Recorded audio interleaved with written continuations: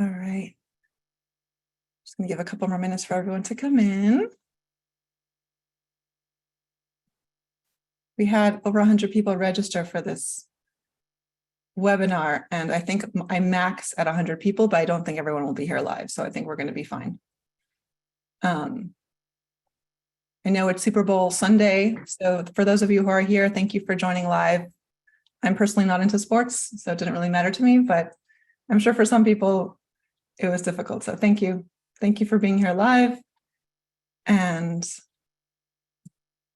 thank you to Mary Markel, who is my co-host and is here with me today. Hi, Lori. And hi, everybody.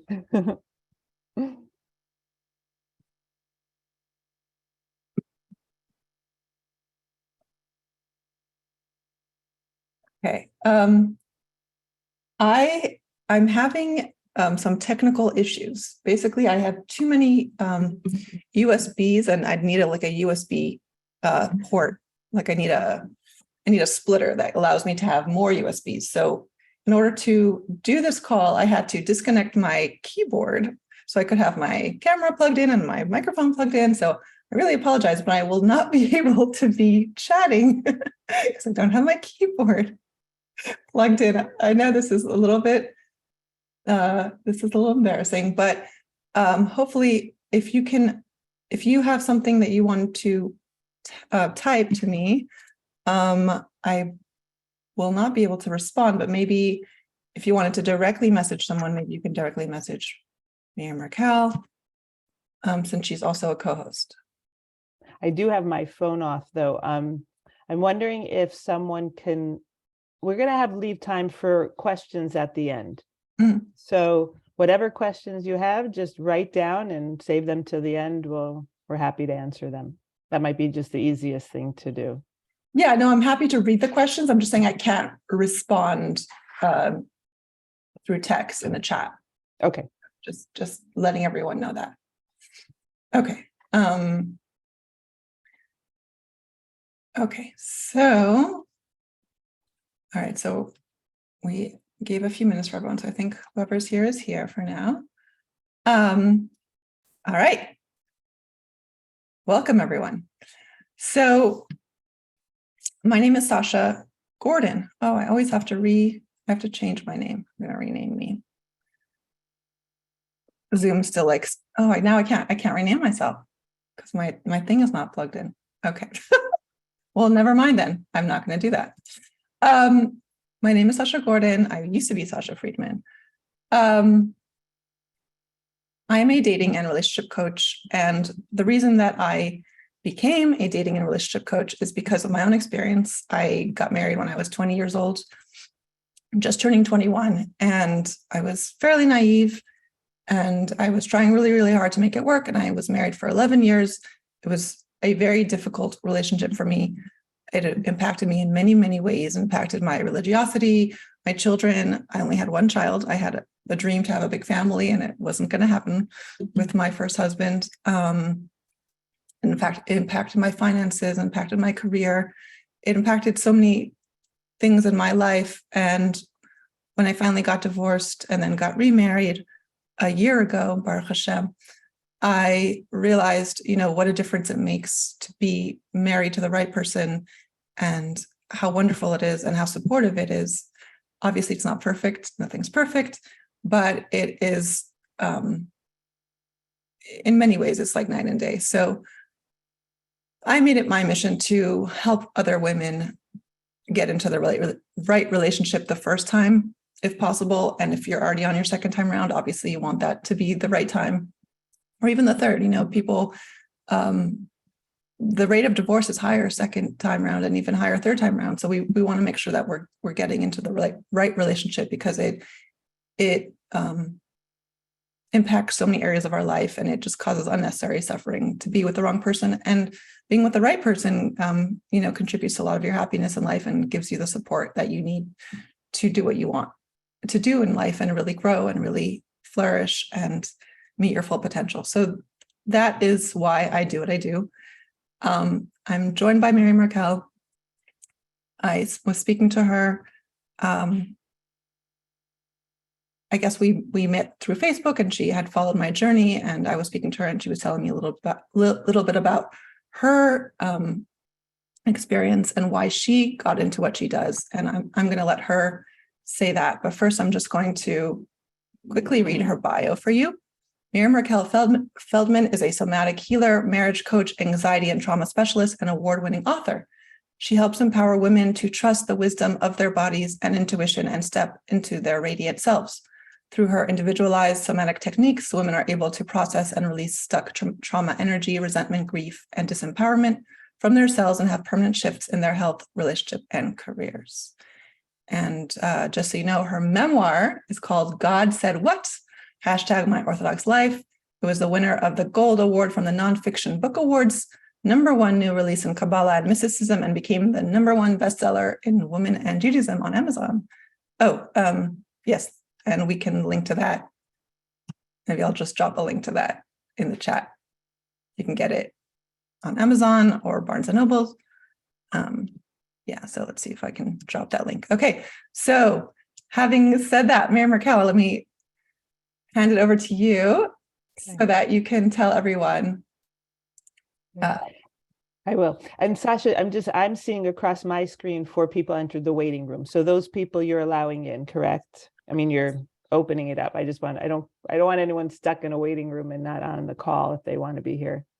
You know what? I'm so sorry. I cannot drop links in the chat because of my because you don't have the keyboard, but it says four people entered the waiting room. Is that? Okay. I'm going to enter them all, but I'm just saying I can't drop it.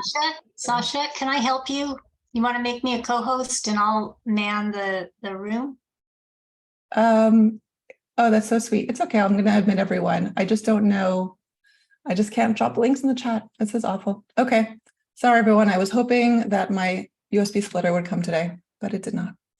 All right. I'm admitting everyone. Okay.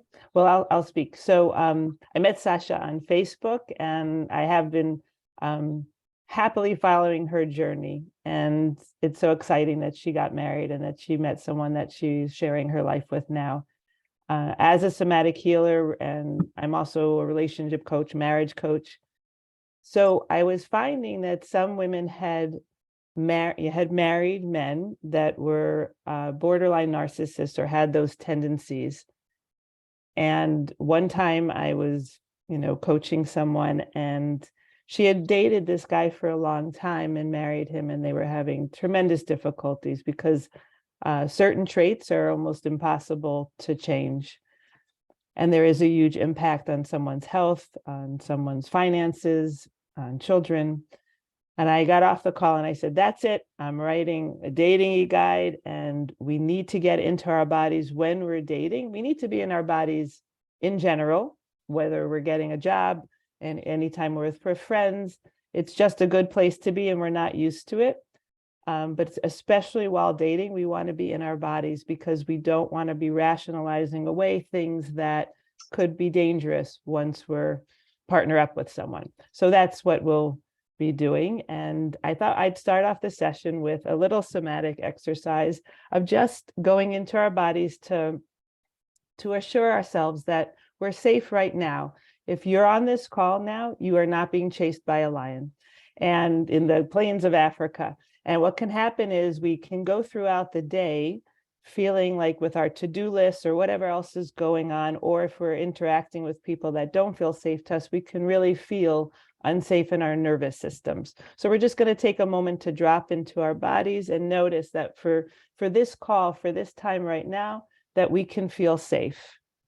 So just feel your feet on the floor and push your heels in and just feel how solid the ground is underneath you. You're completely supported right now. Feel your body in the chair, on the couch, or on the bed, wherever you're sitting, and just notice your feet are on the floor, your body's in the chair.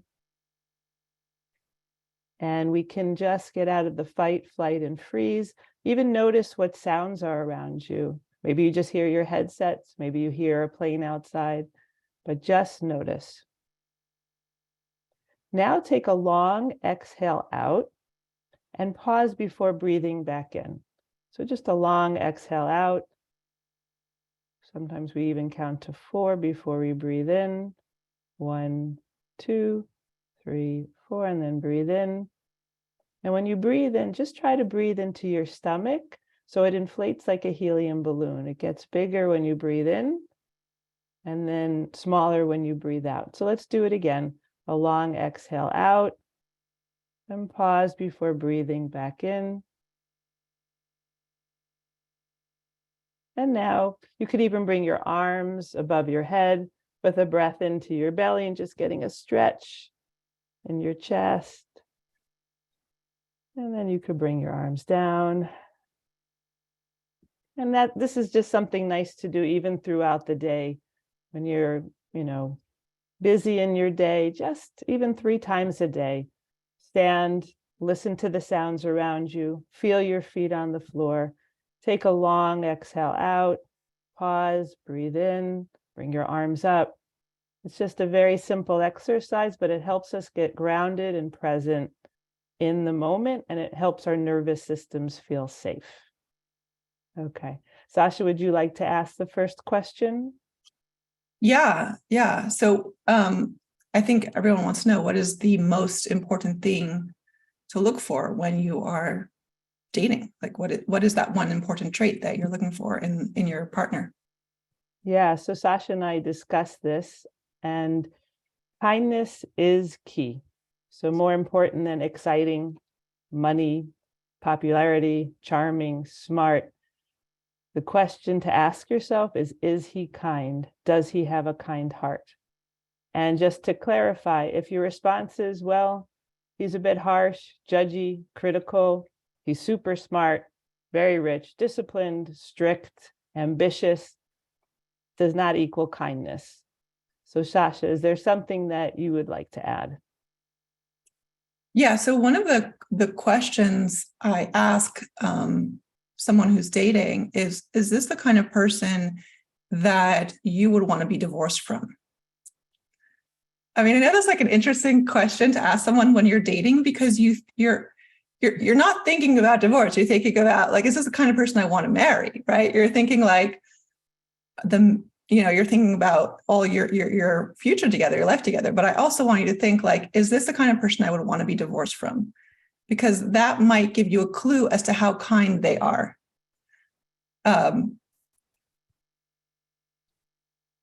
If this is the kind of person who bears grudges, has resentment, maybe was divorced already and wasn't kind to their ex, that might be a red flag. Like when I was dating my second husband, I knew how kind he had been with his first wife, and that he had given her the get right away, and was supporting her and their children, and it made me feel very comfortable entering into a marriage with him, because I didn't have to worry that God forbid in the future, like, he would withhold the get, or he would treat me badly after divorce. So you don't want just someone who is kind to you in the moment. You want someone who is a kind person across the board. And I think that that's just so important, because having gone through my first marriage and my first divorce, like, I know what happens when you're going through a very contentious divorce and the ways that it can really hurt you. So you just want to marry someone who's across the board kind in general. Awesome. Thank you. And the second question, would you like to ask? What is the most dangerous thing you could do to yourself while dating? Yeah, so the most dangerous thing you could do while dating is rationalizations and shoulding yourself. These should be avoided while you're dating. And I see someone nodding their head. So we don't want to rationalize our date's partner, our date's behavior, his lateness. If he has a sharp response, don't say to yourself, oh, he didn't mean that. That would be a rationalization. Or I should judge positively. No, you don't want to do that. If he said it, then he probably meant it. His criticism, his talking negatively about another person, his arrogance, his lack of accountability, dismissal of your feelings or your gut instincts, his anger. So I'm going to share a few dangerous self-judgments to avoid saying to yourself while you're dating. Please catch yourself if you have this kind of internal dialogue. I need to be and should be open-minded. Nope, throw it out. I should judge positively. Nope. I should put my mind over my heart, meaning I'm feeling something, but he looked good on paper, or, this person said such wonderful things about him. We don't want to be doing that. I should not be superficial about his looks, the way he spends money. I should do the right thing, whatever your mind has decided is the right thing. Shoulding yourself with I should do the right thing. Nope. My friends or family will judge me if I don't want to continue with this guy. So we want to be honest with ourselves about what we like and what we don't like about the person we're dating. And if we rationalize or judge ourselves for feeling what we're feeling and thinking what we're thinking, we will wind up blinding ourselves to things that we do need to see. And we're not talking about rejecting someone after the first date. What we're really talking about is just avoiding the shoulding ourselves, because no one is perfect. And there's going to be things that we like and we don't like, but we do want to see things, and we don't want to dismiss things that might be important. There's a rabbi who, he said something very wise about 30 years ago. I was learning with him, and I will share that. And it was like one of those aha things.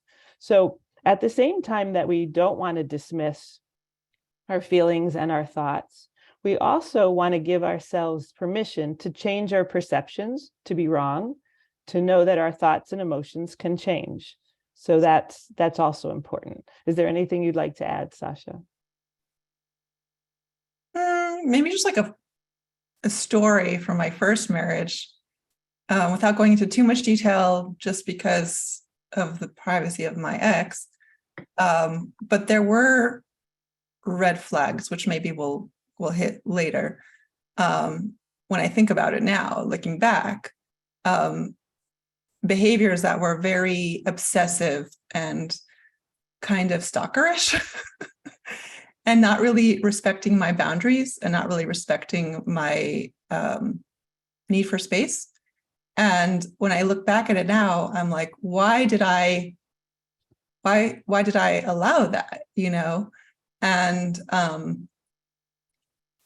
I guess one of the things is this, we're taught so much, especially as women, this idea of shalom bayis and how important it is, and this idea of giving in and thinking about the other person's needs, and compromising. And I think those are all beautiful, beautiful ideas with someone who's healthy. And that's the part that, the footnote that they don't necessarily tell you. If you're feeling uncomfortable, I think we're going to talk about that. But if we're feeling uncomfortable and we're feeling like this is making me feel something's wrong here, listen to that, pay attention. Nama, you said trusting your gut. Yeah, you don't have to explain things away like, oh, I should be that really nice girl or that really, easygoing person that's okay with whatever. You don't have to be anything, you just need to be yourself. And if you're in a situation, especially this was even before marriage, we weren't even legally, civilly, connected. It was just, we were just engaged. And if I think back, if only, right? If only I had the guts to break it off while I was engaged and deal with the stigma of having a broken engagement, I could have saved myself so much pain down the road. But there was this feeling of obligation. I already felt this duty and the sense of this is somebody that I need to make it work with, right? And I need to compromise and figure out how to make it work. And so I think that, again, listening to yourself, listening to your own intuition rather than, oh, I should be that nice girl, that giving person, that compromising person. No, listen to yourself, listen to your gut, listen to what's really happening inside of you. And if you're really feeling like something seems off here, I don't think this is how relationships are supposed to be, right? Pay attention to that and don't dismiss it. Beautiful. Thank you. And the next question. How do we drop into our body for wisdom? And this is something I'm really interested in hearing from you as a somatic coach. Okay, great. So the word somatic means body, and we can drop into the body and notice what physical sensations come up for us. How are the thoughts that we're thinking affecting our body? Meaning when we're shooting ourselves, there's going to be a reaction in the body to that.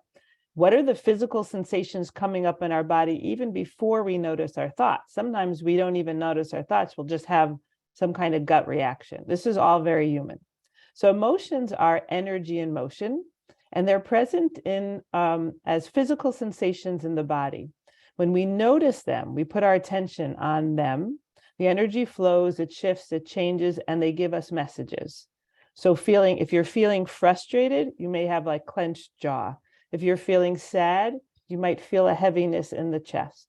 If you're feeling fearful, there may be a drop in the stomach. So let's do a little exercise and even notice our body's particular reactions. So if you feel your feet on the floor again, and you just push your heels into the ground, I'd like you to play in your mind an experience that you had that was slightly unpleasant. Not the worst thing that ever happened to you, but something that was not ideal. Like on a negative scale of 1 to 10, it would be a -2 or like a -5. And notice what that feels like in your body. Maybe you slump over, maybe your chest constricts. So just play it like a movie in your mind. Again, not the worst thing that's ever happened, just something that did not feel good to you. And notice what happens in your body with that thought. Okay, now shake it out. Just shake your body and just let it go. And now let's go into playing in our mind a positive experience. This can be a +10, a +8, a +6. The sky's the limit. Could be a sunrise, a sunset, laughter that you were a part of or heard. So whatever it is, play it in your mind like a movie and notice what it feels like in your body. You might feel a lightness in your chest. You might have a smile on your face or an expansion. There might just be a slight expansion. And this feeling you don't have to shake off. You can marinate in it. But you can see from this exercise that your body reacts to memories, thoughts, and experiences, and that they're really present in the body as physical sensations, and they're speaking to us. And when we do this, it requires awareness and honesty with ourselves. So as you date, make a practice of listening inward and feeling things in your body. You're just paying attention to the information that's there. An uplifting of the chest is excitement, something that perhaps energizes you. Nerves will feel like a mixture of excitement, vulnerability, and fear of the unknown. That can be felt just anywhere in the body. Fear is a message from your body. Again, emotions are energetic and they're messages. A fear or dread asks us to pay attention to something that doesn't feel safe outside of us. And that might be felt as a sinking in the stomach. Anger, that's usually a surge of energy, and that's trying to set a boundary. It asks for action to be taken, either words to be said or physical distancing or some kind of protection of sorts. And it may be felt as a constriction in the chest or in the jaw, a furrowing of the brows, or a tingling even in the extremities. Some people feel it in their hands or their feet. And you're just noticing these things. Even if you choose not to speak up or do something different, it's something that you can, in the privacy of your own space, notice later. Wow, when that person said that to me, I felt it in my chest. And you can just notice that. So with a potential spouse, one of the things you're discerning is whether you can trust them or not. But trust is built over time, and we're human and we're not angels. And since you're an adult, I'm sure you've had people who you do trust, and you might have gotten hurt or disappointed from them. And all this is very normal. We've all disappointed people. We've been disappointed. But with your husband, we want, for the most part, someone who is, again, kind, dependable, responsible. That is the kind of person we want to set up a home with. That is the kind of person we can have peace with. That is someone who is looking out for our best. We're looking out for their best. So in general, your body picks up a lot of information, much more than your mind. And sometimes the mind wants to shut down that information because it can feel very threatening to the status quo of the relationship. But while you're dating, you need all the discernment on. It's just it, and that's why when we drop into our bodies and notice the sensations coming up, we can get that information. Sasha, is there anything you'd like to add? This is great. This is really great. I think that, I think that my Amazon delivery is here. So I'm just going to go on mute and see if my Explorer came. All right.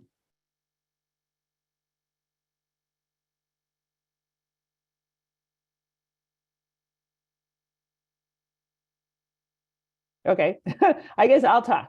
So I'm sure that Sasha will add, but the next thing that I wanted to share was what that rabbi had said.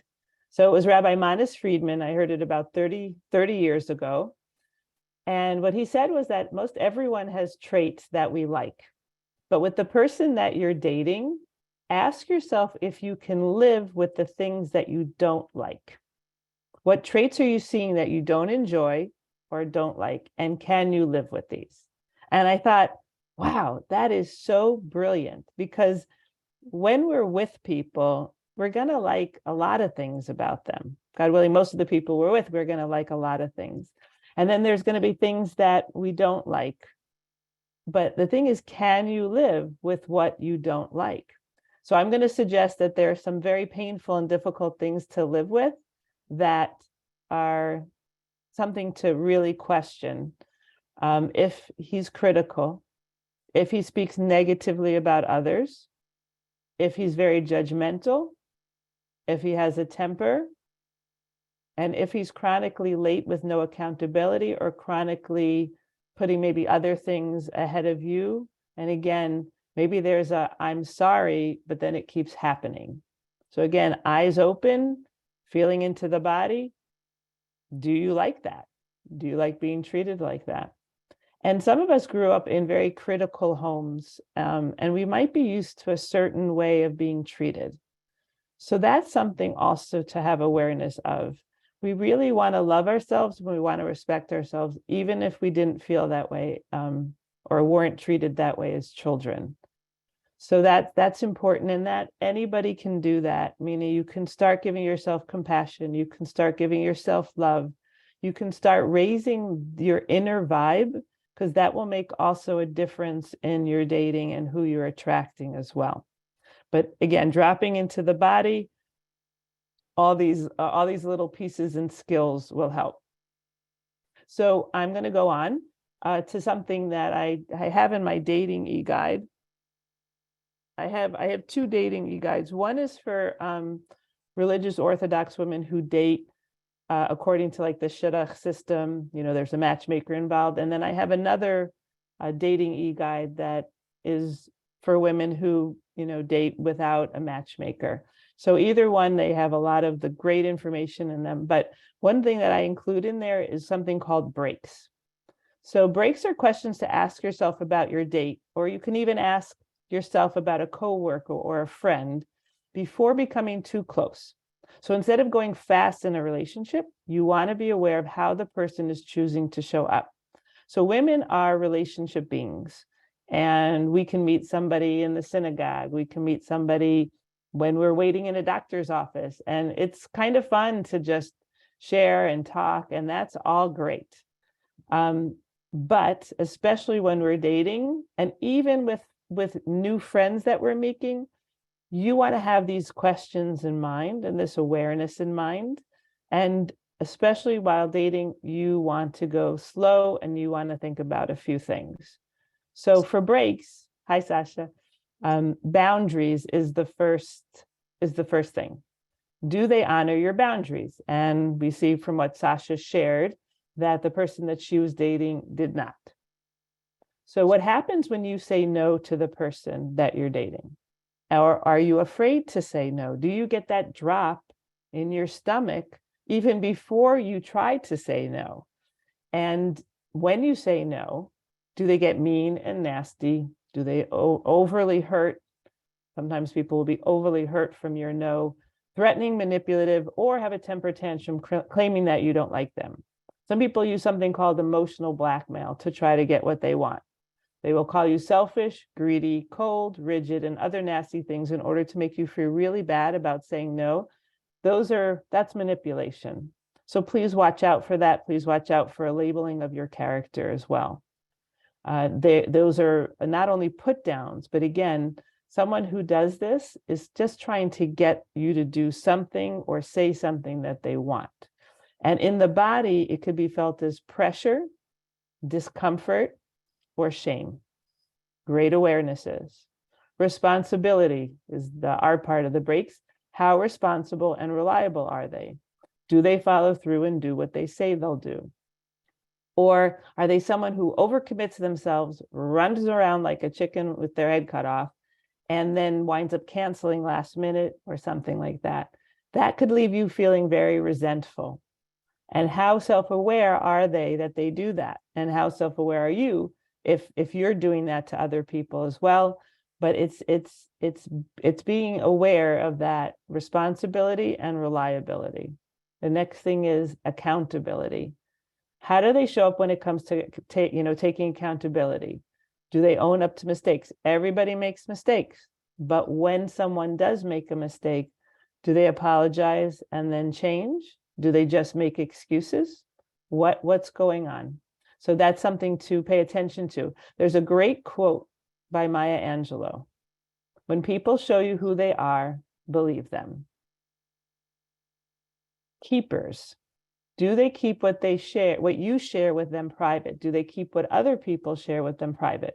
While you're dating, your date is going to be sharing things about the date with maybe your mentor, maybe a rabbi, a friend, family members who are important to them. And you'll be doing that as well, because that's an important part of the discernment in the dating process. But can you get a sense from the person you're dating how they are with people's confidences? Are they sharing things with you that make you go, huh? Like, they shouldn't be sharing that with me. That's important to pay attention to, because if they're sharing things about other people, that won't feel emotionally safe to you. So again, while you're dating, you might be sharing things with a mentor or a friend, or the matchmaker or family members. And so is the person you're dating as well, because you're trying to make a decision. But while you're dating that person in the date itself, how do you feel with them in terms of emotional safety? And also just something I wanted to add, that once a couple is married, it's best if they keep their privacies with like to each other and to mentors, not family members. Unless there's abuse going on, then for sure go to family. But otherwise, we want coaches or rabbis or mentors, or perhaps a married friend if there's problems in the relationship, because family won't be, they'll be very biased. And so it can cause more problems. Then energy exchange. What is the energy exchange between the two of you? Are you a priority for him? Does he make time for you? Does he consider you before making alternative plans? And are you making him a priority? So in a marriage, a wife needs to prioritize her husband above the community, above friends, and above even family members. And a husband needs to do the same thing. Needs to priority his wife above community, above, he is, okay. A wife needs to prioritize her husband, and a husband needs to prioritize the wife. So that's something that maybe you could get a sense of while you're dating. But the relationship that you have, a marriage, it's the most important relationship. And so there needs to be that noticing even while you're dating in terms of values. And then in the last one, sync. Are they in sync with your values and their own values? Would you say they have a sense of integrity? And do you respect the person that you're dating? Does he make choices in line with your values? And does he even make choices that are in sync with his values? Or does he just talk about them? So actions speak louder than words. So pick people who are in sync with your values and pick people who are in sync with their own values. Something to look at. So Sasha, what would you like to add? Can we just go through just one more time quickly? So the acronym is BRAKES for everyone. So the first was boundaries. Yeah, the first is boundaries. The R is responsibility/reliability. Mm-hmm. The A is accountability. Yes. The K, I missed that one. K is keepers. Keepers. Yeah. Which So means- keepers is again about confidentiality. Oh, confidential. Okay, got it. Yeah, and I was just emphasizing while we're dating, we're going to be sharing things with people, and he's going to be sharing things with people about you. That's just a normal part of the discernment process. But can you get a sense while you're dating him how he is with other people's confidences? If he's sharing something about a friend or a family member that you think is that makes you cringe inside and know, wow, I don't think that person would want that shared. You'll feel it in the body. We're kind of like amoebas. If you think about amoebas, which are these little creatures under the telescope, the microscope, they kind of move depending on the stimuli. So notice if you're moving away or if you're moving forward. Good to know. Okay. So that's keepers. And then the E is energy exchange. And the S was sync. Yes. Yeah. Okay. Because some people can say like, oh, I never talk about someone. And then the next thing you know, they're talking about someone. So they're not even in line with their own values that they're speaking. So sometimes actions speak louder than words. Yeah. Okay, so a couple questions. Mm-hmm. One was, what about if he has all the right qualities on paper, kind, giving, etc., but you don't feel attracted, like my body resists interaction with him? Resist interaction. That's interesting. Meaning you don't like being in the vicinity of him, but everything's good on paper. That's a great question. So it's something to notice, and then to notice what the mind is saying. There's sometimes inner work to do, and then there's also noticing that maybe there's just not the chemistry there. Sasha, what would you add? Yeah, attraction is so important. Nama, you said it very beautifully. You said attraction can grow and develop. It requires a bit more time and different circumstances to gain perspective. But at the end of the day, if your body is being repelled, I listen to that. Yeah.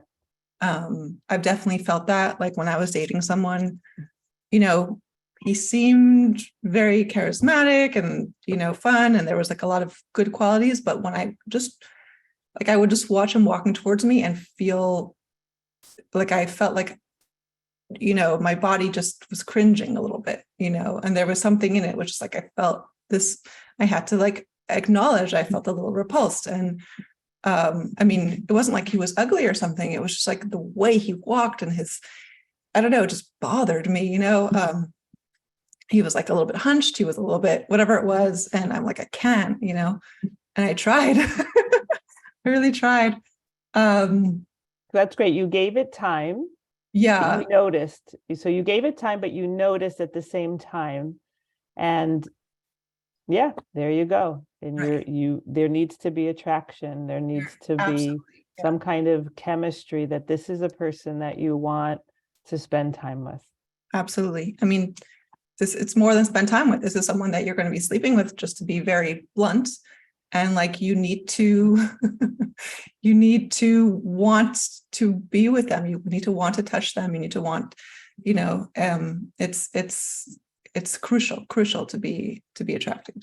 Someone asked if we'll be getting a copy of the dating guides. Yes, I'm going to email everyone afterwards with links to things. Will that help? Yeah, there's a few things that are free on my website, and then the dating guides do cost, but it's a slight cost. But there is something called Escape from the Borderline Narcissist Web, and that comes along with burnout and getting energized the mind body wellness way. That's completely free. There's a marriage e-guide that's also completely free to download. Yeah. And now my Amazon delivery guy came, so my splitter is here. So my I think my keyboard's working, so I'm just going to drop the link to your book also in the chat. Okay. Did you want to add anything else earlier? You might have forgotten. In terms of be honest with yourself about what you do and don't like. Yeah. What's something that you can live with or you can't live with? Yeah, like I give an example of my husband now. He probably doesn't like that I always use him as an example, but that's what happens when you marry A dating coach. it's just like he's part of my marketing now. He just has to live with that. So so he is slightly on the spectrum, and that means, there's like a little bit of social awkwardness, and sometimes he can be very blunt or not as social as I would like. And it's something that I recognized when we were dating. Like, I'm like, okay, I'm already a shy introvert. So I was hoping I'm going to marry the extroverted guy, and that didn't happen. But I was like, you know what? At the end of the day, he has all those core qualities I really was looking for. Like you talked about, the kindness, we are aligned on the values, everything else. I felt very comfortable with him, etc. I had that emotional safety. I felt I could be vulnerable with him. I felt comfortable. There were just so many good qualities that I was like, okay, I'm willing to deal with the social awkwardness and the fact that he's not going to have friends, maybe a few, but he's not going to like help me expand my social circle, we're good. I'm going to have to be the more outgoing one, even though I am also quiet, but we're just both quiet and maybe we're boring. I don't know. But, so you were able to live with that. I saw it. I saw this as a quote unquote flaw or just a character trait. And it's something I can live with, and I'm okay living with it. So even though, and it continues to bother me, I have to just like say that it's not like it's like, oh, went away and now it doesn't bother me. It's something that is there. And I just remember that like, hey, he has all these other good qualities that I chose him for, So I think that that's just important to know, what is it, the things that are absolutely essential you must have in order to be happy, and what are the things that you're like, okay, people aren't perfect. This is something that I'm going to just be dealing with, and it's okay. So that's one thing I wanted to say. I have a question here. If your date says he wants you all to himself as he makes you a priority and gets upset if you made plans with friends, is that a red flag or just making you a priority and expecting the same? It depends. And it's a little hard outside of specific, situations. And that's why the somatic work is so important, because when I'm with clients, I take them into their body and I see what's going on for them, and they get to see what's going on for them in the particular situation, and then what's also around it as well. So that could be something that obviously you're paying attention to, and that is calling your attention. It'd be something to take note of. And if there's a lot of good stuff, you might want to date a little bit more, but notice it, even play around with it a little bit. To feel like if it's that you do want to see your friends, or you can only go out once that week or twice that week, what the reaction is. Notice if there's fear in you if you say no, because we do have to be careful. One of the things is that when we're dating, and also when we're married, your partner will be your priority. Of course, you want to encourage him to have friends outside the marriage, and that you're going to have friends and other things. And you want both of you to be encouraging each other to, be your best selves and have a rounded life as much as possible.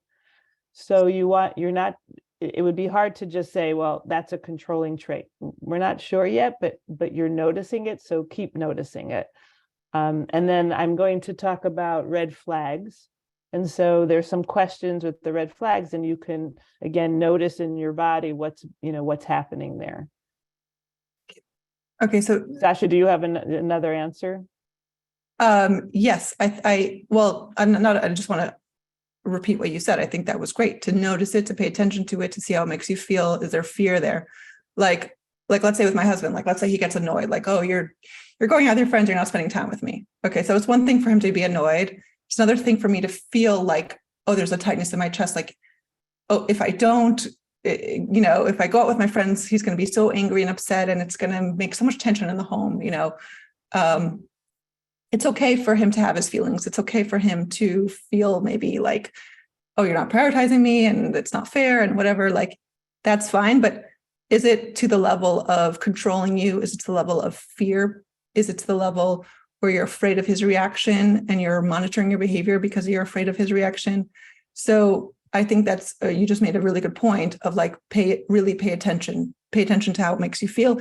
Are you fine with it? You're like, okay, it's okay, honey, I'm going to go out with my friends and we'll spend time together another time. Like, do you have like that kind of interaction where you can like talk to him in a way that like, it's totally fine. And there's no like fear there. You're not scared of his reaction. You're just like, okay, he's having his feelings. I'm having my feelings, but I'm going to do my thing and we're going to work it out. Like, I think it really comes down to the strength of your connection. If you have the type of connection where like you can work it out, or it's the type of connection where it's one way and he's like imposing his like will on you, And also to notice, because sometimes, we're not perfect either. And so sometimes we might be prioritizing other things, and that person and that guy can feel that.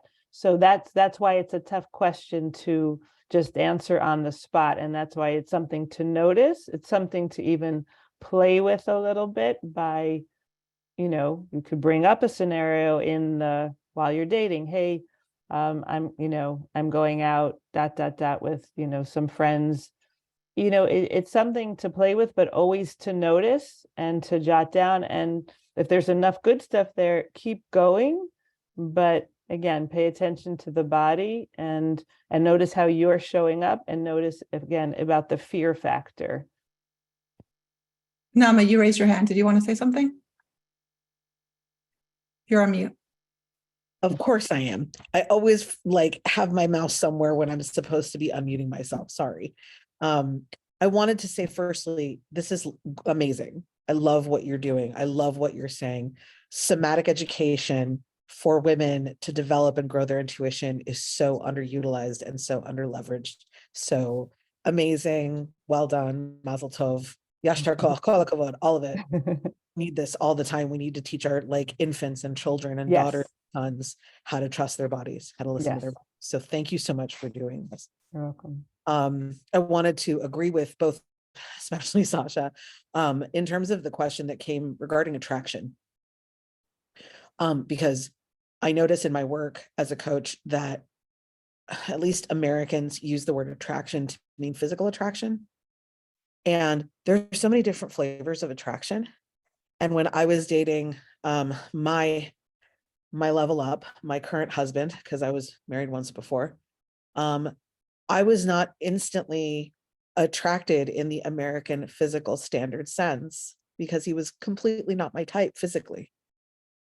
And then I spent an hour with him and realized he had this big, beautiful, gorgeous brain and this giant IQ and this heart that was 10 times bigger. And I was like, oh, I'm deeply attracted to this more than I would be to a physical appearance. And it occurred to me like, okay, God willing, this is the guy 50 years from now, he'll probably not be so good looking anyway. So I still want to have that gorgeous heart and that gorgeous brain and that gorgeous kindness and that, IQ. That's the turn on, but like I had to remind myself of that because I was still programmed and socialized to think it had to be a physical attraction too. Beautiful. So Thank you. I just love that you awesome. said that. So thank you for the reminder. Yeah. Thank you. Thank you for sharing that. Yeah. All right. A couple more comments. All right. So someone said, you mentioned, this is to me, you mentioned that he's on the spectrum and it bothers you. Does he know that it bothers you? Yes. Because I'm very vocal about all my issues. I probably shouldn't be as vocal. There's a should. No, we don't say should. But yeah, he knows that it bothers me, but it's become kind of like it's become just like a topic between us. It's like, okay, that's your spectrum part of you right now that's talking, or, I'm going to be okay with that because I know that's, whatever it is, like maybe I know that he gets overwhelmed in very in situations that are have a lot of stimulation, he gets overstimulated. So like, that's something I just have to be aware of. Like there's a certain point where he's like maxed out, or whatever it is. So we definitely talk about it. Okay, another question. Wait, I do want to say something. So in my marriage e-guide, which is free, I do have some somatic stuff in there, and even there's somatic tools that you can use. So not every man will appreciate the honesty that Sasha shares. I'm really glad that in your marriage that you can speak in that way, and that's beautiful. That's beautiful, and that probably has to do with his big, kind heart and your big, kind heart, that it's coming from a loving, connecting place, and you just have that flow of communication. So men in general men are raised in the male culture. There's allergic to shame. They're allergic to shame and criticism because they're raised without being able to be vulnerable. And so a lot of times what we think we could openly say to them might not wash and might cause damage. So just to know that there's marriage tools, there's somatic tools that we can use. So it's beautiful that Sasha can be so open the way she is, and that it works for them. And not all marriages can have that. But again, when you're dating, you're looking for someone with that kind heart who isn't so allergic to shame that that they're super touchy, or they're super that you would see it as a temper. So, and we're going to talk about that too, like some marriage tips, and we're going to talk about red flags. So do you want to save some of those questions for later, or do you want to address them now? Well, there's just another question that came in. I'm going to ask you to address it. Okay. If you're a people pleaser and might feel nervous if you aren't doing what he wants, how do you know if it's a problem with him or you if you feel tense? Yeah, so there is inner work to do while we're dating or just living in life. Good to know whether it would be something that you'd have to play with and notice what are the thoughts. So even taking a piece of paper and writing on there the shoulds that you're telling yourself, the people-pleasing things that you're telling yourself, that would be important. And then what happens if you say no to him? If there's big temper, if there's manipulation, if you get dread in your body, well, that might be on him. Yeah, that's a really good point. What happens when you say no? Is there manipulation? Is there some type of forcing like behavior where he's like really pressuring you, I think that's really important to, yeah. So, we can go on to the red flags. Yeah, maybe we'll go on to the red flags. Okay. Yeah, so the two red flags that I wanted to share is one, feeling intimidated by your date. Notice what that feels like in your body. Is there a sense of dread or fear that sits in the stomach? A cringing away, a moving back, a feeling like you've been punched in the stomach. Notice it. Pressure. If you've been dating for a bit and the guy's impatient for an answer, especially if he says, "Come on, don't you trust me?" Anyone who says, "Come on, don't you trust me?" I would say always run in the other direction, no matter if they're a friend, a coworker, or a date, because that's very loaded. That's just like super loaded. Trust is so internal and so private to people. It's if someone says, "Come on, don't you trust me?" Like, I don't know if anyone can even feel that in their body, but it makes me cringe even saying it. So again, emotional blackmail is something we want to watch out for. That's when someone wants to manipulate you into doing something that they want from you, something that they think you should do or say. And what's interesting is there's a term called FOG. A FOG is from a woman named Susan Forward in one of her books, and she has a book on emotional blackmail. But FOG is fear, obligation, or guilt. So when someone urges you to do something that you don't want to do, and depending on the techniques that they're using, you might go into fog. Like you would get confused. Sometimes we do it to ourselves. We emotionally blackmail ourselves. If we are shoulding ourselves, we are basically blackmailing ourselves. I should say yes, I should do that. It's a way of internal blackmail. And we can say yes after we're honest with ourselves. Like, not everything we do in life feels good, but at least be honest with yourself. I really don't want to do that. Okay, I'm going to do it. You know, in terms of, like, let's say if you have children, I mean, we do things all the time with our kids that we might not feel like doing. But at least we can be honest with ourselves, not necessarily with them, of course, but that I'm so tired. I really just want to close my eyes and, nap for 10 hours. Okay. But when we have, children or whatever it is, we might not be able to do that. But being honest with ourselves is just important. Anything you'd like to add, Sasha? I love that acronym FOG, the fear, obligation, and guilt. Like, I feel like I wish I had this class when I was 20 years old, and my younger self could have said, like, you're not in a healthy relationship, like, just get out before, because like, I just think it's so important. And I think it's so important that everyone is here. Yeah. And this is why we're doing it. This is what compelled you to do it. I've been compelled to do it as well. Yeah. Our younger selves would have been very happy with this information. Yeah. And I think we're going to talk about it, but red flags, just because you didn't catch them before you got engaged or before you got married doesn't mean that it's too late. I think we both have stories of people who, you can break off an engagement. It's okay. Like, I remember when I was, 20 years old, and I was like so afraid to break off an engagement because I'm like, there's stigma, and then people look at you differently, and then it's harder to get re-engaged. And it's, I'm just going to make it work. I'm going to make it work, and like, it's okay to recognize, like, this is a problem and I'm not going to go forward with it. Like, I even remember the day before my wedding, like, thinking in my head, I just want to run away. Like, the flight response, that's what it is. It was you were like, let me get out of here. That was the flight response. And I'm assuming, and I have a hunch that it wasn't just from the nerves of the wedding. You didn't feel good about it.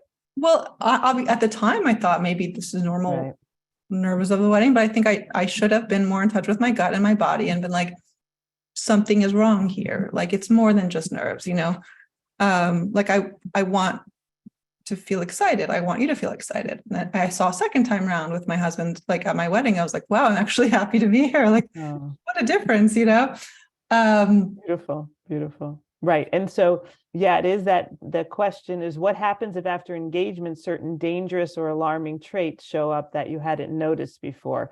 Maybe the guy seems to have changed, more disrespect or control or manipulation. That I think happened with you, Sasha. And that can happen, especially with a narcissist or borderline personality. Until someone, I'm not going to say you, gets hooked into the relationship, then sometimes the true colors come out. I'd also want to say, so even during the day at the wedding, I heard a story once where at the wedding itself, the person who was kind of the wedding designer said to the bride, you can still get out. It's not too late, and it turned out that the bride said, no, it's okay, and she was wanting to go ahead with it. And it was a very traumatic experience. During the Sheva Brachas, which is for people who are not familiar with Orthodoxy, it's the 7 days of, festive meals after the Orthodox wedding. People have broken off then. It's just, if there's loud red flags or signals or abuse, you don't want to stay. You don't want to stay when then there's a kid and children, and you can't get out so easily. I also want to say that if there's anyone married listening to this class and they have red flags that they're going, oh my gosh, I have red flags in my marriage itself. There are things to do, and not necessarily do all marriages need to end just because there are some behaviors or patterns or something going on in the marriage itself that doesn't feel good, and maybe you're becoming aware of it. People can change. There's miracles that can happen. God is unlimited, and obviously get professional help. So. So maybe you want to talk about, well,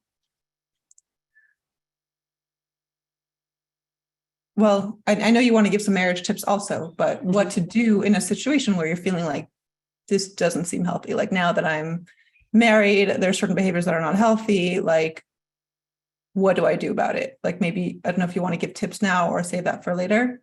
No tip. I think we're up to the tips. Okay. I mean, I do want to say that, like,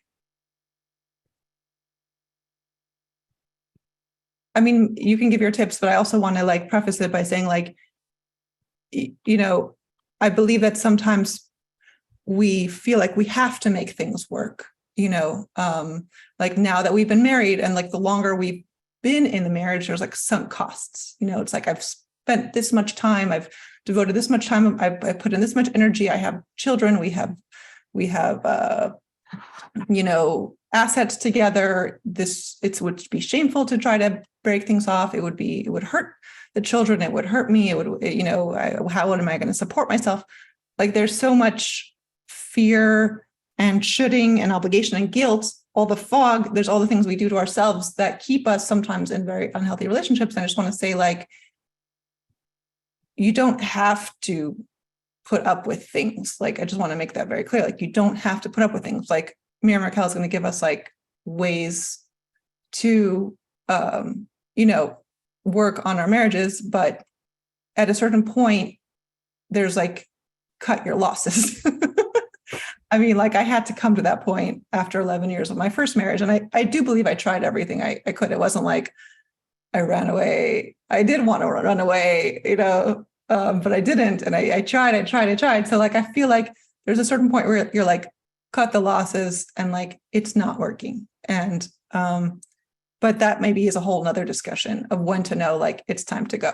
But maybe there, you know, there's things to do before that to know that you tried your best. And maybe I'll hand it over to you from there. Yeah, no, and each situation is different, and there's complexities there. So it's, you can't, you know, you can't like give just a straight answer. But I love what you shared, because sometimes it is time to say goodbye, or this isn't working, and that's okay too. That's okay too. Yeah. I wanted to share 2 marriage tips, and I'm sure Sasha has as well, a few. But one thing I wanted that I had read in the Jewish press, 2 articles that I thought were really cool that I wanted to share. One was from Esther Young Rice's daughter, and I guess a woman had shared it with her. So a woman had come to Esther Young Rice, she's a Rebbitzin, and said, you know, I'm not married and I don't know what's going on, and you know, I just can't seem to find the right guy. And she was standing there like this with her arms crossed over her chest. And so Esther Young Rice said, it looks like it would be helpful if you changed your attitude, that there's a defensiveness about you. And the girl went home, and it was hard for her to hear, and she went home and she cried. But then she realized that it's true, that she had like an edge about her, and a defensiveness, and that she'd even rejected a guy where, like, she had checked all the boxes, but she just thought, oh, he's just too nice. And so she reached out to him, and they gave it another shot, and she winded up marrying him. And she just says in the article how grateful she is that she did that. And that's why dating is complex, because is it us, is it them? I'm trying to give somatic tips where it's pretty clear that it could be them. You know, if you're intimidated, if some of the responses are temper or something like that, it's pretty clear where that's coming from. Another article mentioned about not being afraid to do a repeat, meaning this woman had a journal that she kept, and all the dates that she went on, she, you know, wrote down little notes about it. and she would say no to the guys, but she would write down little notes about each one of them. So a friend of hers wanted her to redate somebody that she had dated, and she looked in her journal. There weren't any red flags or anything, but she said no, she didn't want to. And the friend kept asking. She said no. Finally, she was invited to this woman's house for a Shabbos meal, and she went. She was so happy the woman wasn't talking to her about redating this guy. Anyway, they'd also invited the guy, and he came, and they were sat next to each other, and she was just kind of exasperated, and it was awkward for her, but she winded up breaking the ice with him and saying, I know, I didn't know that we'd be invited together here. And they just started talking and having like a nice conversation, and then they winded up dating again, and they got married, and she was so grateful that she had, that her friend had actually done that. So again, we're human, and we're allowed to change our thoughts, change things, and that's okay. So we can see that, again, dating is complex. They say that, for God to give us our soulmate, it's like splitting the Red Sea.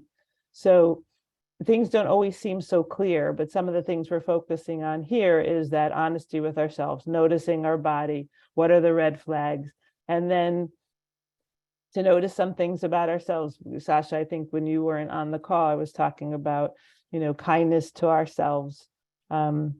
If we grew up with a lot of criticism, we might be used to a lot of criticism and inner criticism as well. So those are things to pay attention to. But in terms of the marriage tips, so one of the marriage tips I have is to know your desire and express it with I'd like or I'd love without the word you. I trained with someone named Laura Doyle as a relationship coach, and I loved a lot of her tips and her marriage skills. So one of them is that know your desire and express it. So the male culture, again, I had mentioned this before, they can be allergic to feeling controlled, and they can be allergic to shame. And so the way we might talk to our good friend, a good girlfriend, is not the same that we might talk to our husbands. So just a little example here. It's cold outside, you're wearing heels, and you want your husband to park close, or you want your date, or even your husband, if you're married, to park close to the entrance of the restaurant. So a typical thing I know I would do, in the past at least, or a woman would do, is like, park here, that's a great spot. We would tell them where to park. But in the male culture, and I have 5 boys, so I know this as well, they don't tell each other ever where to park. That's like a big no-no in the male culture, because to them, it's like, it's not even respectful. It's like, hey man, like, don't you know, I know where to park. But if you're a woman with a desire, and your desire is that you're dropped off closer to the restaurant because of the heels, or it's cold out. So instead of saying, oh, park here, which could feel very controlling to the man, you might say, I'd love to get out in front of the restaurant, or I'd love to park close to the entrance. I'm wearing heels and I don't want to walk far. So it's I'd love or I'd like without the word you can feel very emotionally safe to a man. You can use that on the date. You can use that in marriage. And some women have, who I've taught this to, they say it makes a huge difference in their marriage. Like sometimes they wouldn't even realize, like, what are we fighting about, But it's knowing what we desire. And then it's like, even if you want to go out for your birthday, it's like, it's not a matter of saying, are you going to take me out for my birthday, or you forget my birthday? It would be, I'd love to go out on my birthday, and I'd love to go out to this restaurant. Knowing your desire, and it's very beautiful to be in our seat of power of knowing our desires, knowing our emotions, and how we feel about things. So that's one tip. And another tip is just in marriage, never take anything for granted, and to share appreciations with your spouse daily, because those are gold coins in your marriage bank account. Again, men grow up, and many women also grow up, not hearing how they're getting things right. We grew up in a very critical society, usually in homes. So letting your husband know how he's getting things right by you, that's just awesome. And there's so many things throughout the day, if we don't take things for granted, that we can share, So those are mine. Sasha, what do you got? All right. Awesome. Um, I want to say that marriage is somewhat like your relationship as a baby with your mother. Like you, we know from attachment theory that the baby needs to feel safe with the attachment figure, with the caregiver. You need to have a safe place where you feel like this is someone you can turn to when you feel scared, and this is a safe base where you can explore the world. This is someone that you can connect to. There's that safety and security, and we know that attachment actually doesn't just end with that early experience, but it continues throughout your life. So your relationship you're creating with your spouse is actually an attachment relationship, and you need to feel that same sense of security and safety, emotional safety, and you want to feel like this is a safe base for you to explore the world, and a safe haven to return to when you're feeling distressed and you need someone to comfort you. And this is someone that you feel secure with. So I love this metaphor because it to me, it distills down what marriage is all about. It's all about connection. It's all about connection. And at the end of the day, that's what you need the most from your partner so badly, is you need to feel safe. You need to feel connected. You need to feel secure.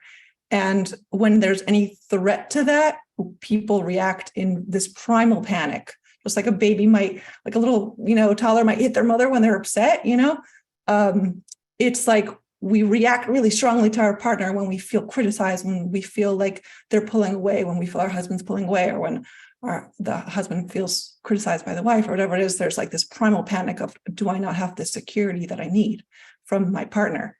So recognizing that underlying a lot of our marriage issues, if we could peel back the layers and look under the surface and see, like, underneath it all is like this deep, deep primal need for connection. And we actually feel like, our life is in danger in a way, like when we're not connected. So rather than blaming the partner, oh, he's the bad guy, she's the bad guy, it's looking at the dance between you as the issue, right? So when we can start looking at the dance underneath our interactions, then we're like two of us on the same side against, you could say, the dance or the cycle. So I think my marriage tip is to, first of all, the importance of connection. So when you're feeling disconnected, how important it is to turn towards each other instead of away. That's like my marriage tip number one: turn towards each other instead of away. And I think it's so important to know that you have a willing partner who's there to work on the things with you. And I think, Naam, I think you said something like that. There's this importance of like, we need to work on this relationship together versus there's no we anymore. There's nothing there. There's no one to work with. Like when I feel disconnected from my husband, he notices and he's like, do you want me to book an appointment with a therapist? Should we read this marriage book together? Like, what can we do? Like, what can we do to make this better? Like, so I think that it's so important to know that you're working with a willing partner. Like, I think one of the reasons my first marriage ended was that there was nothing between us anymore. And there wasn't the willingness on both of our parts to work on it anymore. It was just empty and lonely and sad, So I think that you need to know that you can turn towards each other, that you're the safe base for each other, that you're the person to turn to. Like, I'm having an issue with my teenager. She's screaming at me. Like, can I turn to my husband for a hug and be like, comfort me? Is this a person I can turn to when I need support? Can he turn to me when he needs support, or does he feel criticized? Like, are we each other's safe haven? Are we each other's safe base? Are we that anchor for each other in the world? So I think that's my biggest tip, is just strengthening the connection between you. That's always going to be your safe space. Beautiful. Beautiful. Yeah, and that's why one of the reasons why we're doing this is so that you can pick that kind partner, so that you have that chance, that there's that emotional safety, in the relationship, that you can turn towards each other when, there's tons of things that come up. There's lots of stresses that we all have, but it's that turning towards each other. It's that emotional safety in the home. It's a soft landing place. And so picking a partner where you can have that connection with is the most important thing. Yeah. So I have a comment here. Sasha, maybe you can create a class/curriculum to teach to seniors in high school. As mentioned, the younger girls who get married so young don't really know any of the things you're sharing here. I would love to. I haven't done it. If anyone wants to make any introductions for me. I have a question. Yes. Yeah. About what you were saying about attachment. So like I've been thinking about this a lot because there's like adult attachment and there's like child parent attachment. And like how do you like the inner child needs to attach to the person in front of them, but like how do you have it as like let's say mature attachment? Like to be set to like discern between that and like do you hear what I'm saying? Yeah. Yeah, that's a good question. I'll see if I can try to answer it, and then maybe Mary Markel, if you have anything you want to add. I think that mature attachment is realizing that at the end of the day, I can take care of myself if I need to. I'm not desperate. Like, I want to be connected to my husband. I want him to turn towards me. But like I said, the baby who's feeling ignored by the mother might hit the mother like, hello, pay attention to me, you know? But the adult who's in a relationship you're not going to attack your spouse. You know, you're at the end of the day, you need to learn how to self-regulate, you know, breathe. I'm sure, Mary Markel, you have more tips, but ways to regulate your own emotions if your partner's not able to respond the way you want to. You're not going to blow up. You know, you're able to, you know, be your own, you know, partner if you need to at that moment. Like self-regulation you're talking about. Yeah. I think, like, you know, we talk so much in coaching about how important it is to like have that self-love.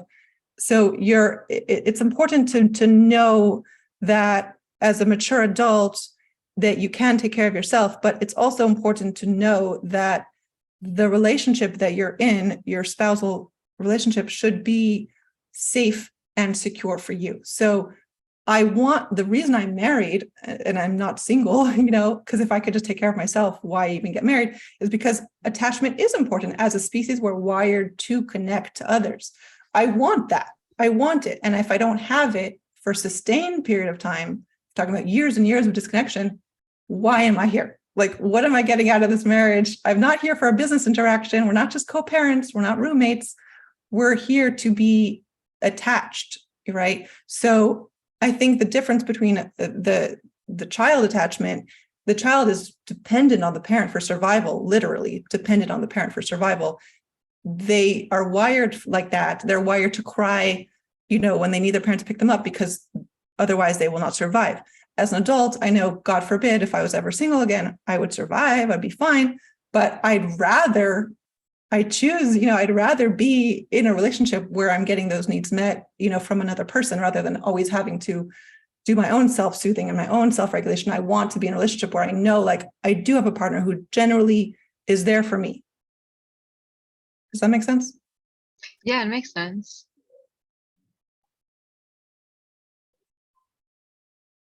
Mary Markel, is there anything you would want to add to that? I think that was the perfect answer. I think it was beautiful.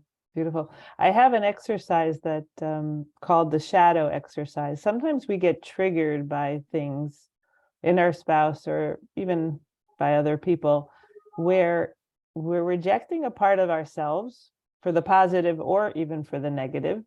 And it's a shadow part, and we just need to own it. And so, like, we can be like, oh my gosh, he's always ... you know. But a lot of times, once we own it in ourselves somatically, then we're not as triggered. We can still know we don't like it. And this is not really to do while we're dating so much, because again, we want to stay with the discernment while we're dating. but in marriage, it's very helpful. Because again, it's about regulating the nervous system as much as we can. So I just want to mention that Miriam Raquel and I have put together a package for you guys. So if you're interested in working more with us, we are offering a package of 3 sessions with Miriam Raquel and 3 sessions with me, so that we're going to be able to have Miriam Raquel will cover the somatic part of, if you're dating someone and you're not clear if this is the right person for you, she's going to go through the somatic part of that, how you feel in your body and how you feel in your gut, and what that, how to really center yourself and get grounded. And I'm going to do sessions that are more about the conscious decision-making process. So if you are interested in working with us further, I will send a link in the email that I will send out to everyone. And I'm just going to drop a link here in the chat if you want to set something up and discuss that.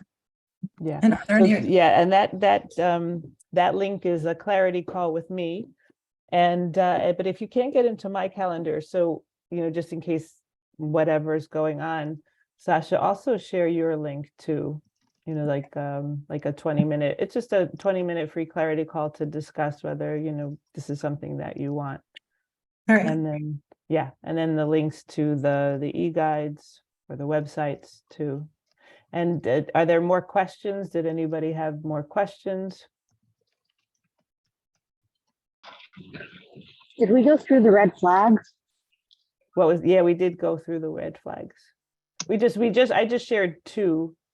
I have a whole list of red flags if you want me to good. send that out as well. Share them. Definitely share them. I had with the red flags, it was I shared like the pressure and that kind of thing. Let me just see something. Again, to watch out for is in your body. If you feel there's intimidation going on, is he uncomfortably persistent? Do you feel uncomfortable saying no? Or if he's wanting feedback, do you feel uncomfortable saying, I don't have feedback right now? Do you feel judged for not telling him what he wants you to tell him, or for not doing what he wants you to do? Does he criticize or belittle you for not telling him what he wants to hear? So those are a few red flags, and there's more. And Sasha, maybe you want to share a few more? Okay, I'm gonna drop a couple links in the chat of your website, because you have some free resources people can find on your website. And I'm also dropping, this is the marriage website as well. I guess looks like 2 different websites here. So I'm just going to drop that in the chat. So look under resources and you'll find free guides, right? There's a way to sign up for the guides. And then on Monday, I have marriage tips that go out. And then on Tuesday, I have somatic tips that go out, plus a whole bunch of blog posts for people to read through that have to do with somatic stuff or marriage stuff as well. Okay. Hold on one second. So someone asked, they're asking specifically, how do you know your mentor is healthy and their motives are in the right place? I guess when you're looking for dating, when you're dating a marriage. Meaning you have a mentor and they're guiding you and you're not so sure if you can trust their guidance. Is that the question? Yes, I actually have something to say about that. Good, let's hear it, Sasha, you share. Okay, and then you'll okay, so the first time around, I'm sorry, of course, the first time around, I was trying to do things the right way. I remember I did speak to somebody who was a therapist and a coach about my first husband. And I was telling her, I'm not really feeling it. My heart's not really feeling it. And she said something to me that I felt was very damaging. It's a Hasidic concept that it can be very beautiful, but I think in the moment it was damaging for me, which was, your mind rules over your heart. She said, like, you can choose to love somebody. Like, some people fall in love and some people create love. And she said she's not necessarily a fan of falling in love. So, me as a very impressionable 20-year-old girl thinking like, okay, mind over heart. If I'm not feeling it, I can create it. Well, guess what? I was never able to create it with my first husband. So that I had a lot of resentment towards that mentor for a long time, but I ultimately realized everything's from God, and, she was just the messenger and it was meant to be, et cetera, et cetera. So I have come to peace with that. But I do think it is very important for marriage mentors or dating mentors to really, really be keyed into the person they're talking to and not impose any of their belief system on top of them or to push them in a direction they're not comfortable with. I mean, that's one of the reasons why I do what I do, and that's one of the reasons, Mayor Markello, why I was so taken by you, because that somatic, piece of it, of really tuning into your body. Like, how do you feel? What's your gut saying? I think that's the guide. A good guide should help you access your inner truth rather than imposing a truth on top of you. Right.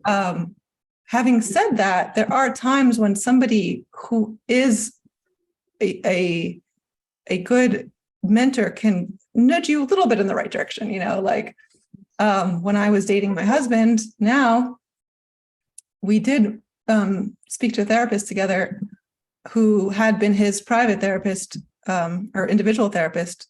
So she knew him well, and she was reassuring me. She's like, he's a good guy. He's a good guy. You're right. So she's like, I see, you're such a kind person too. And I can see you guys being really good together. So she wasn't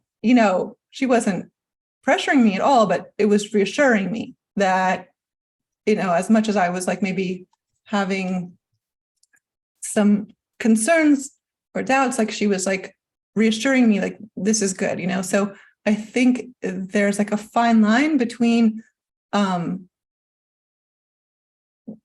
maybe not so fine, but there's a line between allowing someone to access their inner wisdom versus pressuring them. And I think that that's an important quality of a mentor, that you should feel that they are really tuned into you, and they're really listening to you, and they're really paying attention to what you're saying, and it's not their own agenda. That's beautiful. Yeah. And with whoever you're with, who's a mentor or a coach or a therapist, vulnerability is the most important thing. So if you feel intimidated in session, or you feel like you can't be vulnerable, or there's judgment there, that's not going to be a safe space for you, to be honest. So just that kind of awareness as well.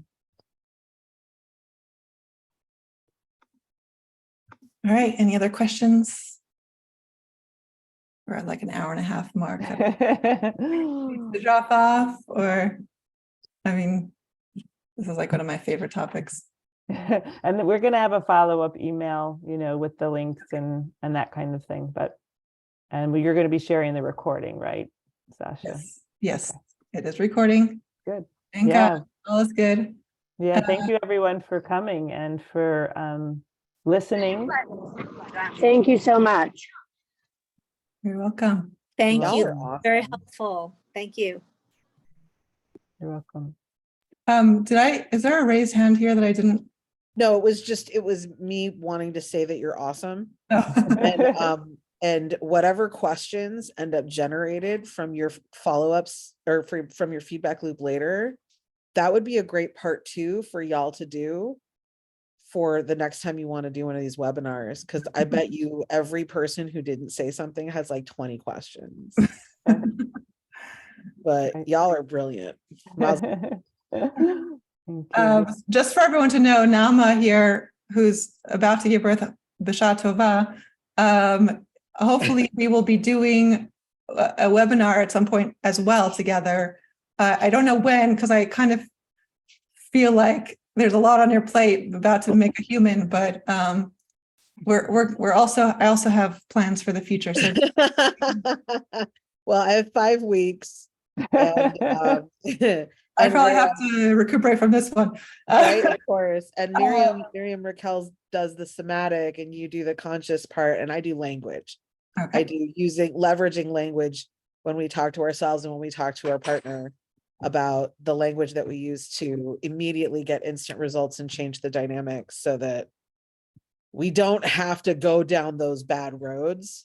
But it starts with the conversations we have with ourselves. So Beautiful. my husband just brought ice cream into the room. I'm sorry. I love you. Have a Big wonderful heart, night. big heart. You will too. All right. Thank you. Thank So we you. have another raised hand. Malka, did you want to go off mute? Ask a question? Yeah, hi. I really enjoyed it. Thank you so much. This was like so down my alley. And my friend here, Josefa, we're both listening. Wow. And so I'm divorced. Well, my friend's also divorced. We're both divorced. And you want to ask? Okay, Yeah, you we're ask. just, I mean, this might be a little bit off topic, but we're like really gaining a lot from all these pearls of wisdom, but we're thinking, how do we actually find a normal person to date? Mm. Like, this to even go the second time around. Like, we feel a little bit jaded and, you know, Nobody out there. even if we use these tools, who are we going to use it on? Like, what dating experience? I know it's maybe silly, but Oh, it's not silly. There, do you have don't any advice? don't should yourself and say it's silly. Okay. But So, it's been really hard to find. Like, we went through a singles thing and we were like, oh, we're not finding someone here. Hmm. Forget the single thing. Even people suggest, like, Yeah. I met somebody and she's like, Malka, there's just no, like, Normal. not, she didn't say normal, but she said it's very hard to find quality people that are divorced or, you know, so our I- age. right. So I'm just going to say that, okay, the first step is your thoughts. And when you're saying to yourself, there's no quality men out there, you're not going to find quality men because Yeah, no, you're right. Right. right, like because you shut out possibility. Once you say it's not there, it's not possible, it's not, you're right. You prove yeah. yourself to be correct. Thank you. So I would say that's the first step. Like if you can just download that belief of he's out there, my guy is out there, I mean, I had to do this for myself when I was divorced. I literally wrote out my list of what I really, really wanted. And at the bottom of the list, I wrote, I believe that the person who has all these qualities is out there. And I believe that Hashem will send him to me at the right time. Beautiful. And it's a mantra. I read the list. I would read my beliefs. And every time I doubted, I would read it. And like, it helped me so much because it helped me say no to the wrong people. And it helped me believe that the right person was there. And even like, if anyone ever told me like, there's no good guys out there, I refuse to believe them. Like, I just refuse. Like, I dated many good guys. And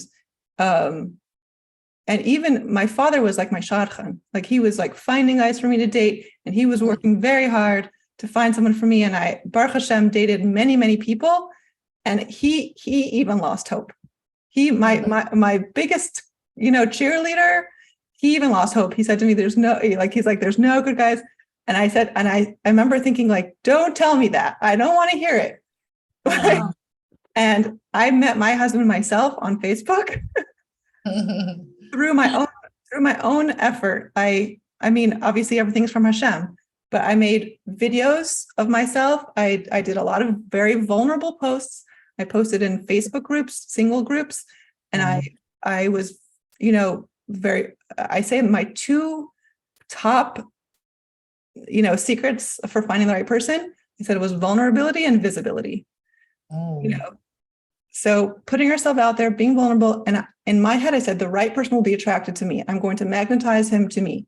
And that's literally exactly what happened, that he saw my post, he resonated with it, he contacted me, and he was perfect. So like, Woo!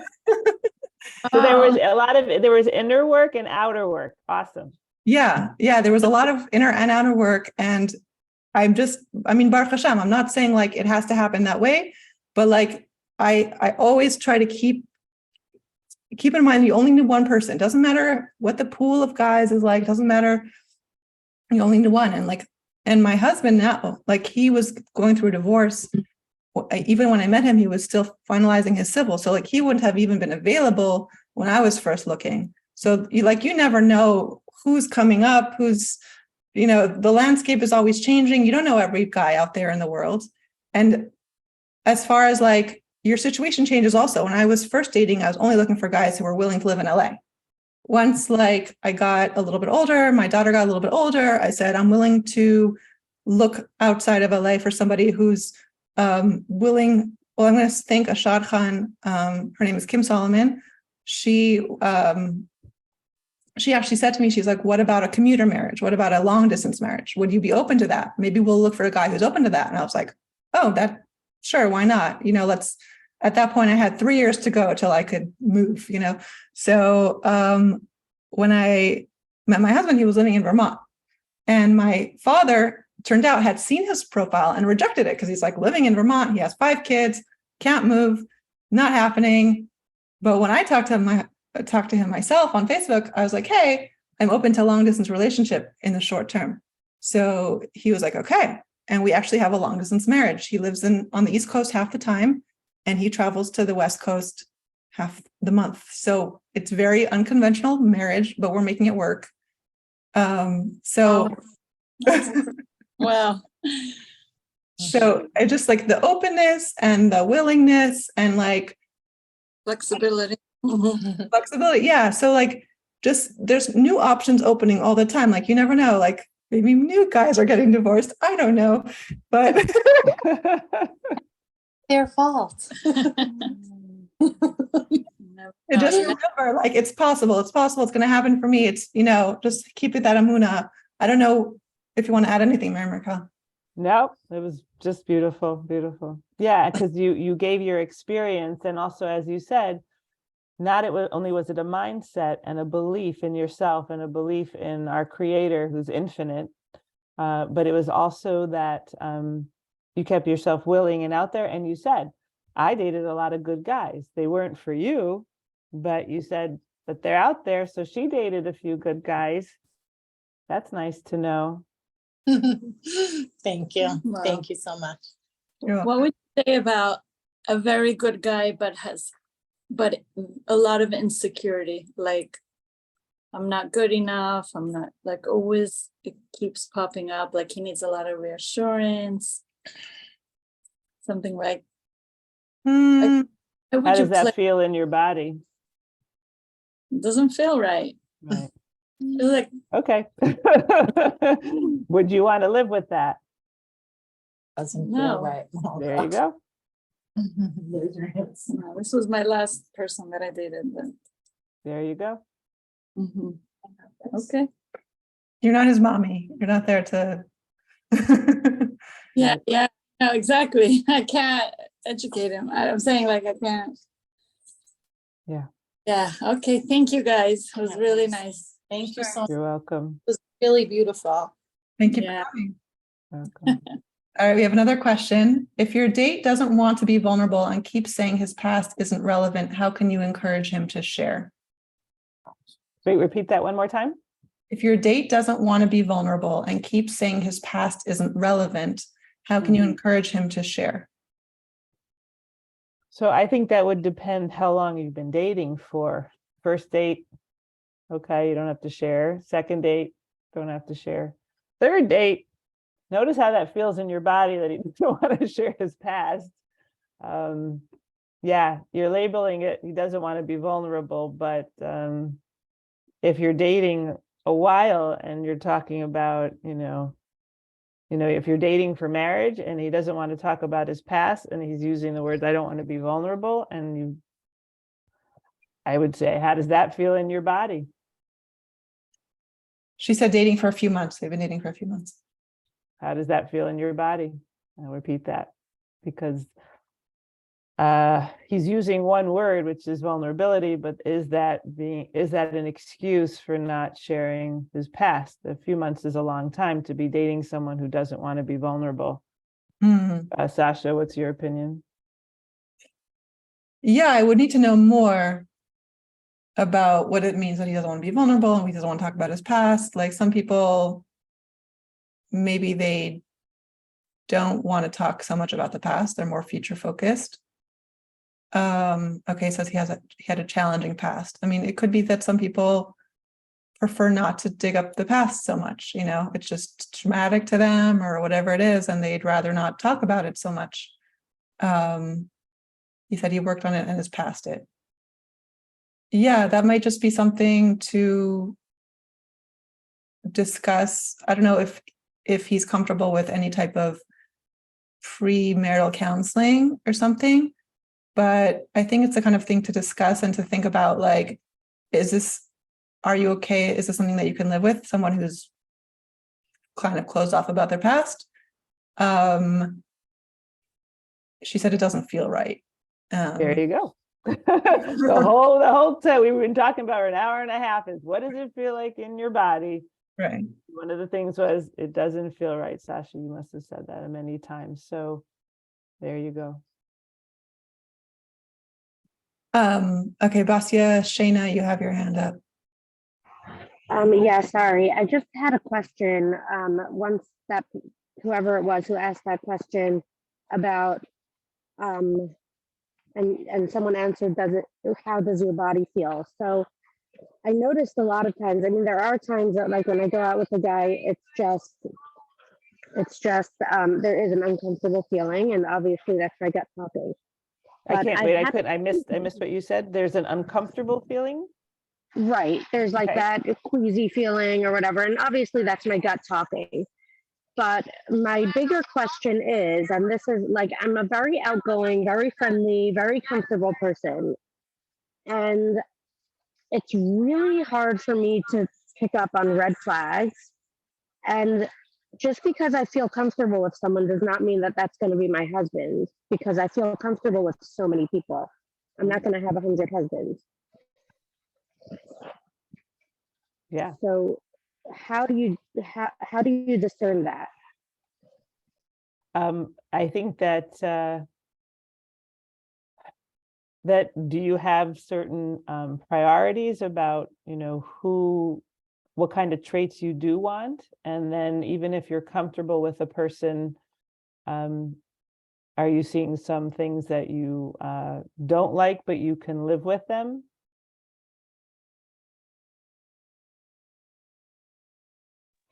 Okay, those are good questions to ask. Ask yourself. Yeah. Right. Sasha, what would you say? Yeah, it's being comfortable with someone is just like the first step. It's like, are your values aligned with them? Do they meet all your requirements? Is he very kind? Like, I think, like, you know, that's one of the things that you're going to go through if anyone wants to sign up for this package between me and Raquel, is like narrowing down and getting very clear about what you really want. Being comfortable is one step of the process, but there's other things to determine, is this the right guy for me? And then the other comment or question I guess I had on that was, one of the reasons that, like, already, especially the second time around, I feel like people are not so cookie cutter anymore. So if I'm going to make a long list of things that have to fit into whatever it is, then I'm not going to find someone. So I'm much more open-minded this time, but I wonder if that's really to my disadvantage. I think that you could always know your desires again. And like the way I even think women should write like a desire list every day about anything in their life. Like, I'd like, or I'd love, I'd like a husband, I'd love a kind husband, I'd love this, I'd love to take a cruise, whatever it is, but get in touch with your desires so you get to know yourself and write that list. But it sounds like you're very open-minded, and that since you are comfortable with many people, you have your list, but you're willing to, you know, be open to dating and seeing how you feel. So I think that, but again, it's being honest with yourself about what you love. Sasha, what do you think? I mean, one of the things I do with my clients is I separate out what are the requirements, like what are the absolute deal breakers that you must have or else the marriage will end. What are your needs and what are your wants? So, you know, you might have a very loose list of the kind of things you would like, but it's good to narrow down, like, these are the absolute top, like, let's say 6 things that I need like 100% in order for me to be happy with this person, right? And, you know, for example, mutual trust, mutual respect, you know, the kindness that we talked about, whatever it is, like chemistry, like there are certain things like the marriage must have or it's not going to last. So identifying those things and then seeing on top of that, there's things that like I need and want. Like the needs can be more flexible. Like maybe there's things that like, if I don't have it, it will bother me, but I can still live with it. Or I can negotiate it a little bit or compromise. Then their wants are like the cherry on top, you know, like it would be nice if he helps around the house, but it's okay if he doesn't, or something like that. So I think that, you know, part of it is just distilling for yourself what are like your core requirements. And also, I think what helped me was getting down to my, I think the core of what I wanted out of the world, like my mission in life, my legacy, who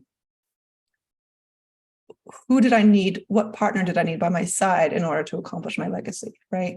So for me, I decided the most important thing in my life is making it a contribution to the world. So I wanted to know, like, who's the partner that I have by my side? Will he be someone who also wants to contribute? Like, to me, that wasn't one of my core values. And I found someone like that. And I think that was like a guiding principle for me of like, what's my core value based on my life's mission and legacy. So that might help as well, just distilling things down for you.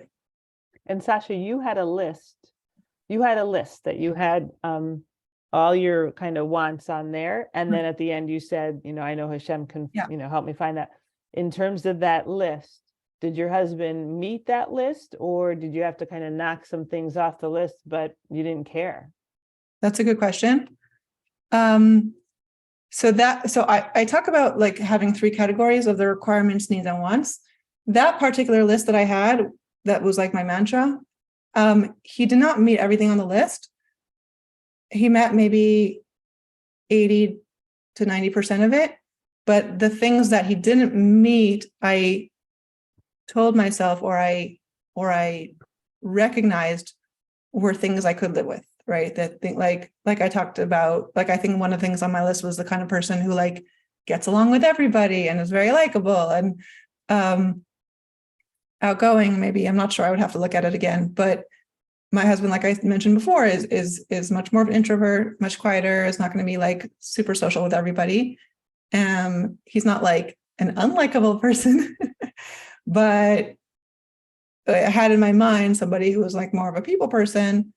And when I saw that he wasn't that person, I'm like, okay, that's something that would go maybe more on my wants versus core, you know, requirements. So I think that discerning process, right? That discerning process of what are the things that like must have, and what are the things that like there's wiggle room, and what are the things that are like just the cherry on top.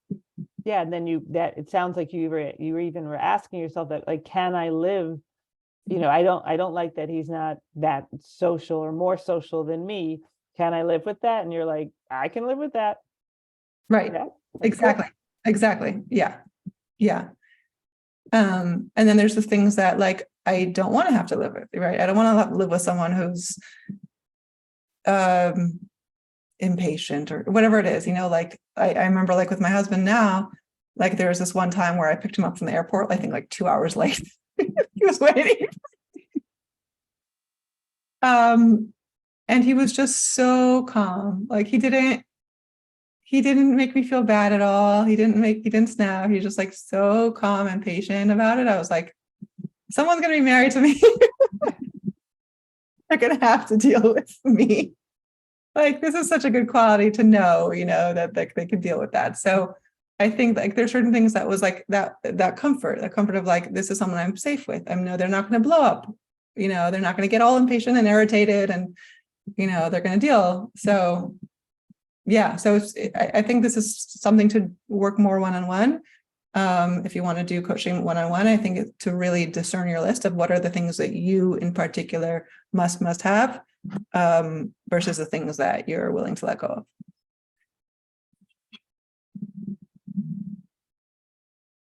Maybe we'll just take one more question because it's almost 2 Yeah, hours. Yeah. almost 2 hours. Yeah. So let's do one more. Any other questions? Don't see any other questions. Okay, this might be it. So thank you all for joining. Thank you for those who came live and who stayed to the end. I see Malka Edery, she raised her hand. I think that the hand is just up from before. Okay, perfect. Again, I will send out an email with links, and you can, if you're interested in working more with us, you can book a call. And Miriam, do you want to add anything to the end? Just thank you, ladies, for showing up. And yeah, we're all on a journey here, and it's nice to meet together. And Sasha, thank you so much. You had so much wisdom and hope, and it's just beautiful. Yep. And that Hashem should bless us all with healthy marriages, healthy spouses, healthy children, and our Bashert. Yeah. Amen. Man, thank you. Thank Thank you. you so much. You're welcome. Take Thank care. you.